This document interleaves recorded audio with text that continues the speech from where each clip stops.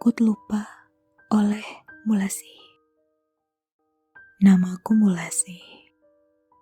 Sudah setahun kelulusan sarjanaku, belum juga kudapatkan pekerjaan yang cocok.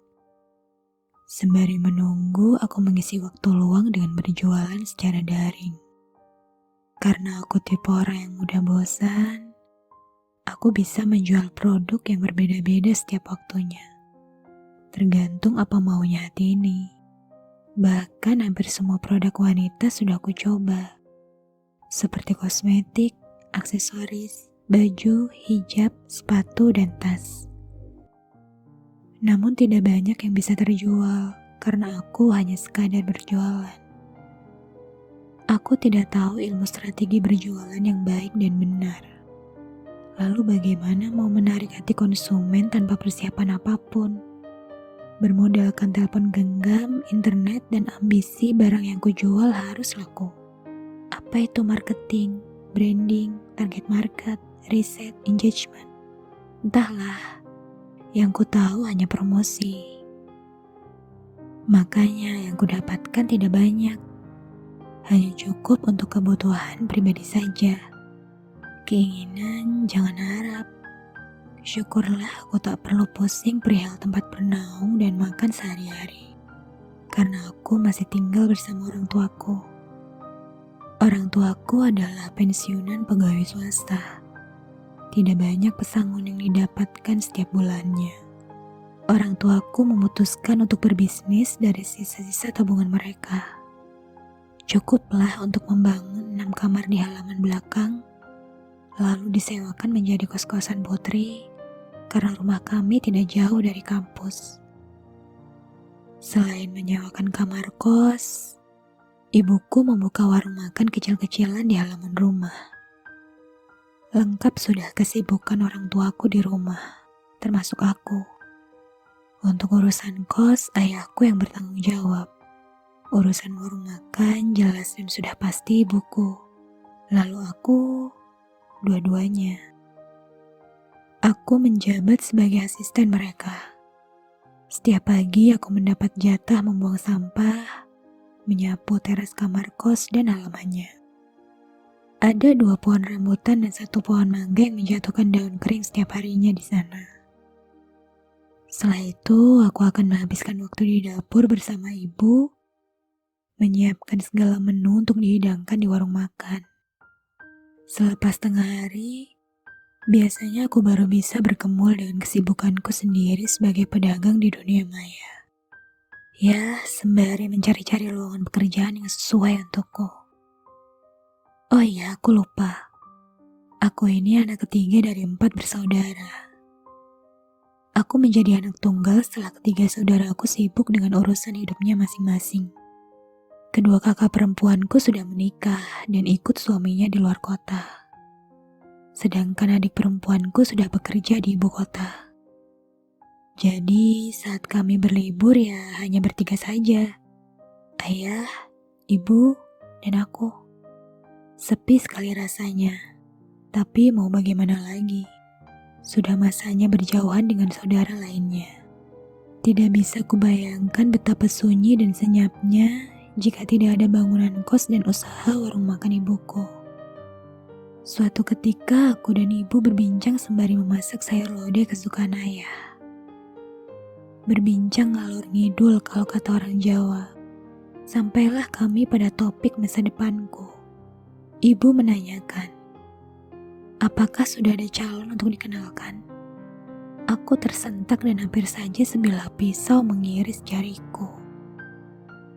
Aku hanya bisa menjawab singkat, belum.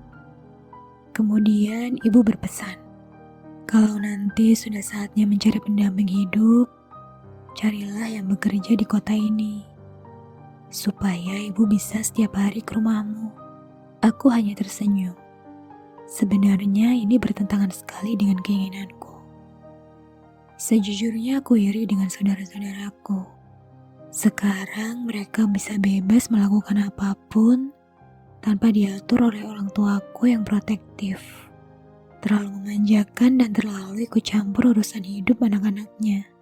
Kadang aku jenuh, kadang kesal juga. Aku sangat berharap diterima bekerja di luar kota agar jauh dari rumah. Pun kalau ternyata tidak ada pekerjaan di luar kota, setidaknya calon suamiku kelak yang bekerja di luar kota. Hanya itu satu-satunya cara agar aku bisa hidup mandiri.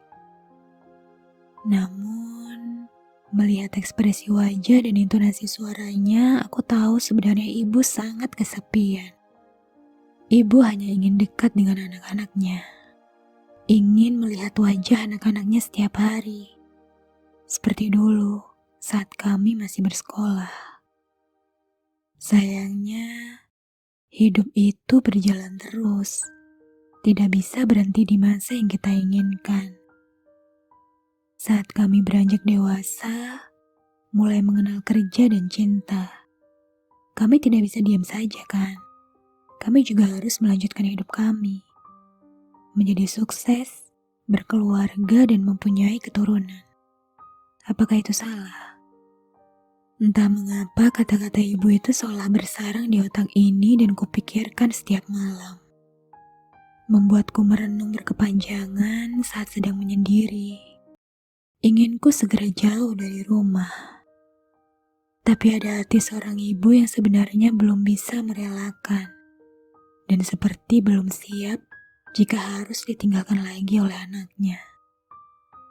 Di sisi lain aku merasa kesal kenapa saudaraku jarang sekali mengunjungi ibu.